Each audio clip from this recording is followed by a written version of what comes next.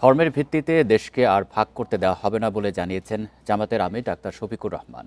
সব শ্রেণীর মানুষকে নিয়ে এগিয়ে যেতে চান জানিয়ে দলটির আমির বলেন, জামাত কোনো দুর্নীতি করেনি, পুরনো জোটের শরিকরা কথা রাখেনি, তারা চাঁদাবাজি দুর্নীতিতে জড়িয়ে পড়ে। এ নিয়ে আলোচনা করতে সিলেট শাহজালাল বিজ্ঞান ও প্রযুক্তি বিশ্ববিদ্যালয়ের রাষ্ট্রবিজ্ঞানের অধ্যাপক শাহাবুল হক আছেন আমাদের সাথে। জনাব শাহাবুল হক, আপনাকে স্বাগত জানাচ্ছি ইন্ডিপেন্ডেন্ট সংবাদে। নির্বাচনী প্রচার শেষ হওয়ার পথে কতটা নতুনত্ব দেখা গেল এবার?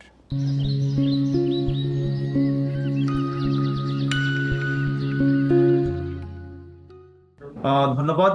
আমরা দেখলাম যে বিগত বেশ কিছুদিন যাবতই ত্রয়োদশ জাতীয় সংসদ নির্বাচনের যে প্রচার প্রচারণা চলছিল, সেখানে নানাবিধ উল্লেখযোগ্য বিষয় ছিল। বিশেষ করে বিএনপির চেয়ারম্যান জনাব তারেক রহমান সাহেব এবং জামায়াত ইসলামের আমির জনাব শফিকুর রহমান, তারা দেশের বিভিন্ন প্রান্ত, এ মাথা থেকে ও মাথা বিভিন্ন প্রান্ত তারা ঘুরেছেন এবং সকল আসনে আমরা দেখলাম যে নেতাকর্মীরা যথেষ্ট উচ্ছ্বাস মনে হয়েছে।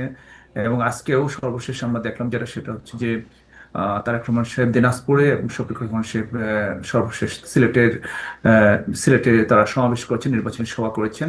এবং আরো 3 দিনের 2 দিন একটা চলবে। তার মানে হচ্ছে যে 12 তারিখ নির্বাচন, 10 তারিখ সকাল 8টা পর্যন্ত এই ধরনের প্রচার প্রচারণা চলার অনুমতি আছে নির্বাচন কমিশন কর্তৃক। আমার কাছে যেটা মনে হচ্ছে সেটা হচ্ছে যে না, দেশের সকল জনগণকে এবং ভোটারদেরকে তারা রিচ করতে পেরেছেন এবং বিভিন্ন প্রতিশ্রুতি বা বিগত সময়ের বিভিন্ন সমালোচনা, একে অপরকে দোষারোপ করে বক্তব্য, এই বিষয়গুলো তো চলছেই, এটা আমরা দেখতে পাচ্ছি। আপনি যেটি বলছিলেন, অনেক ভোটার তো সিদ্ধান্তহীনতায় ছিল, এবং আপনার কি মনে হয় যে এই যে প্রচার প্রচারণা এখন পর্যন্ত চলেছে, তাদের কি এই সিদ্ধান্তহীনতা দূর হয়েছে? এটা আসলে আরো সময় লাগবে। আহ, দেখা যাচ্ছে যে আহ, অনেকেই ইতিমধ্যে এই যেহেতু এখন বাংলাদেশে দুটি বড় দল আমি বলবো, একটা হচ্ছে বিএনপি এবং ভোটের মাঠে বিশেষ করে, এবং জামায়াত ইসলামী, তারা তো বিভিন্ন জায়গায় গিয়েছে, সাধারণ জনগণ, ভোটার, বিভিন্ন পরিবার পরিজন সকলের কাছে গিয়েছে। এবং এখনো এর মাধ্যমে কিন্তু অনেক ভোট কিন্তু ইনফ্লুয়েসড হচ্ছে। ভোটাররা তারা তাদের সিদ্ধান্তর বিষয়গুলো তারা জানান দিচ্ছে বা সিদ্ধান্তগুলো তারা নিয়ে ফেলছেন যে কে কাকে ভোট দিবেন। স্টিল যেহেতু এখনো সময় আছে, তো এখনো শেষ পর্যায়ে বলা যাবে না যে এখনো তাদের চয়েস এর বা ডিসিশনের ব্যাপারে চূড়ান্ত কোনো যে সিদ্ধান্ত এখনো নিয়েছেন। সিদ্ধান্ত নেওয়ার সময় আছে। আরেকটি বিষয় একটু জানতে চাই যে অর্ধশত দল আছে প্রায়, কিন্তু বিএনপি এবং জামাত ছাড়া অন্য দলগুলোর প্রচার প্রচারণা তেমন একটা দেখা যাচ্ছে না। এটা কি সামর্থ্যের অভাব? না, এটা সামর্থ্যের অভাব ঠিক বলবো না। আপনি যদি বাংলাদেশের বিগত দিনের রাজনীতির কথা বলেন, আমরা দেখেছিলাম যে 4টি বড় দলের কথা যদি আমরা বলি, বিএনপি, আওয়ামী লীগ, জামাত ইসলাম এবং জাতীয় পার্টি। এখন সঙ্গত কারণে আওয়ামী লীগ যেহেতু রাজনীতির মাঠে নেই এবং জাতীয় পার্টিও সেভাবে নাই, যার ফলশ্রুতিতে জামায়াত তার যে আগের যে তৃতীয় স্থান বলতাম, সেখান থেকে তারা একটা দ্বিতীয় অবস্থানে না, তারা একটা প্রতিদ্বন্দ্বিতা করার মতো একটি জায়গা তাদের তৈরি হয়েছে।